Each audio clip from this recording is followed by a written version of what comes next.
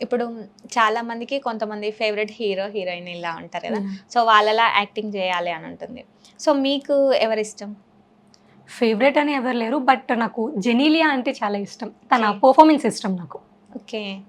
So, ఎప్పుడైనా recreate చేసారా పర్ఫార్మెన్స్‌ని? లేదు. ఇప్పుడు మా కోసం ఒక చిన్న డైలాగ్ జెనీలియాది. ఇప్పుడు సిద్ధు క్యారెక్టర్ మీరు చేస్తారా? ఓకే. డెఫినెట్‌గా. ఓకే. ఏం చేస్తుంటావు? ఇంకా నా పేరు చెప్పలేదు. చెప్పు. సిద్ధు. మరి నా పేరు అడగవా? నీ పేరేంటి? హసిని. బావుంది హాసిని.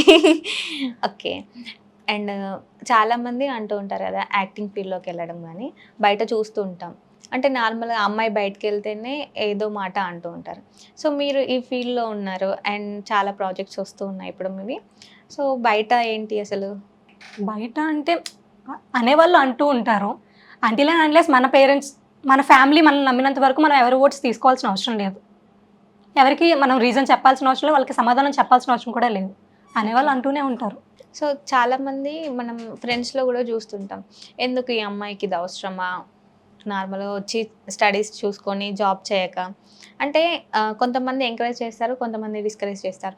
సో, అలాంటి సిట్యుయేషన్ ఏమైనా ఫేస్ చేసారా మీరు? లేదు. ఇప్పటివరకు నన్ను క్వెషన్ చేసే ఫ్రెండ్‌షిప్ ఎవరికీ లేదు. ఎవరికీ నేను లేదు. ఎవరికీ ఇవ్వలేదు ఆ ఛాన్స్. ఎందుకంటే నాకు నా పేరెంట్సే ఉన్నారు. నా ఫ్యామిలీ ఉంది సపోర్టింగ్.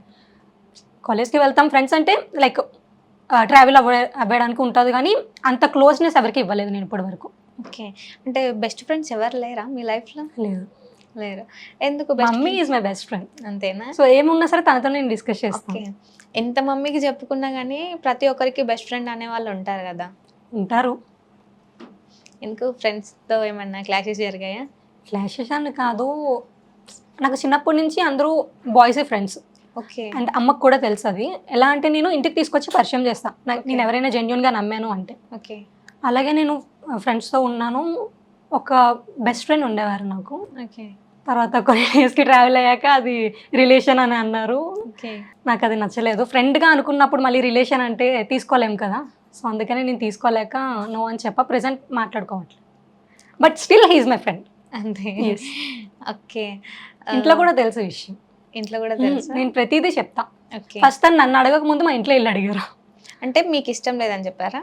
ఇష్టం లేదంటే నేను ఆ యాంగిల్‌లో చూడలేదు. Okay. Because he is my friend. Okay. అంటే తనకంటే ముందు ఎవరైనా ఇష్టం ఉన్న వాళ్ళు ఉన్నారా మరి? లేదు. లేదు. అంటే నార్మల్‌గా ఎవరైనా చూడడం గానీ, లేదంటే హీరోస్‌ని గానీ, సో, చూడంగానే అరె బాబు!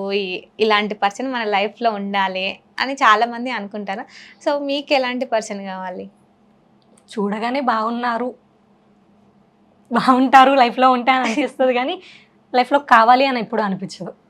ఓకే.